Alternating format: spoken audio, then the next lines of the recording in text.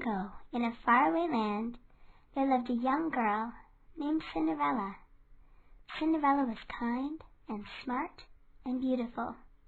When Cinderella was very young, she had a happy life. Then one day her mother died. Soon after, her father decided to marry again.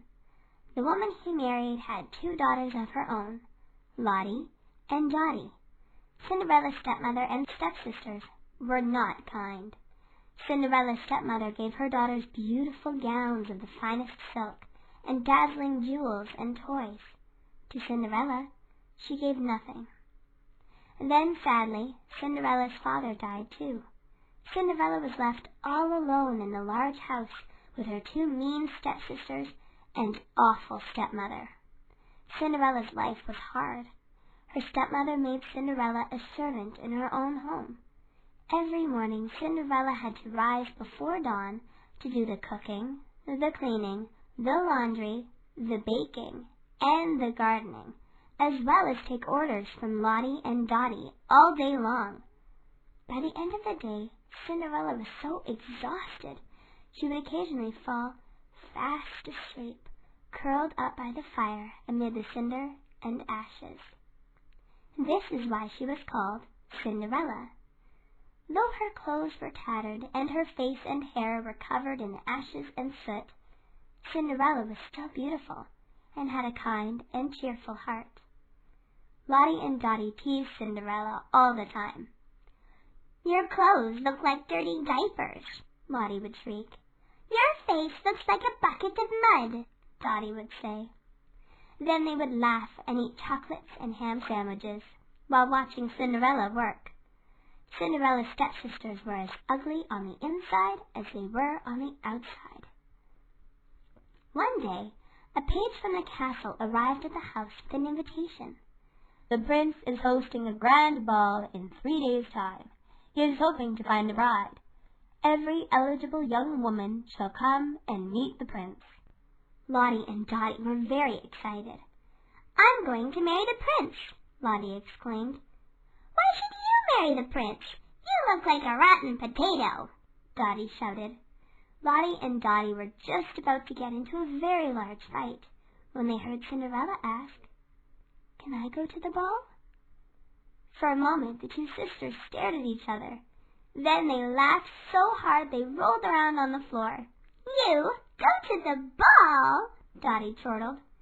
"That's the silliest thing I've ever heard," Lottie giggled. "Can you imagine our Cinderella married to the prince?" Dottie exclaimed, which made the girls laugh even harder.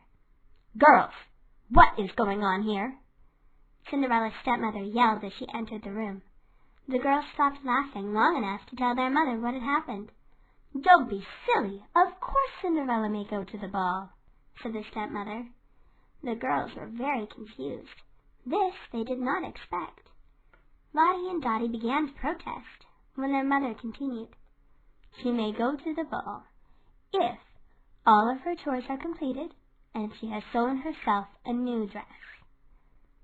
All that day, and the next, and the next, Cinderella's stepmother gave Cinderella a long list of chores to do.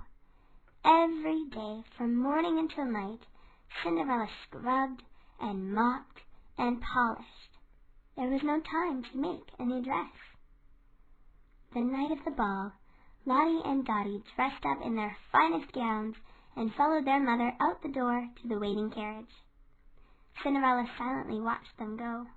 She did not have a new dress, so she could not go to the ball. Sadly, Cinderella wandered out to the garden. There she sat down on the bench and cried. Suddenly, poof!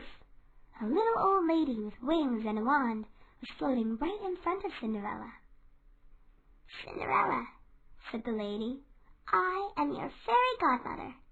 Since it is your wish, you will go to the ball." "But how?" asked Cinderella. "I have no dress and no way to get there." "Run, quick, and fetch me 4 mice, a pumpkin, and a lizard from the garden." Cinderella did so as fast as she could. First the fairy godmother touched the pumpkin. Poof! The pumpkin was transformed into a dazzling coat. Next, she touched the 4 mice, Poof! The 4 mice became 4 beautiful, proud, white horses. Then the fairy godmother touched the lizard. Poof! The lizard turned into a stately coachman in uniform. Cinderella was very surprised, to say the least.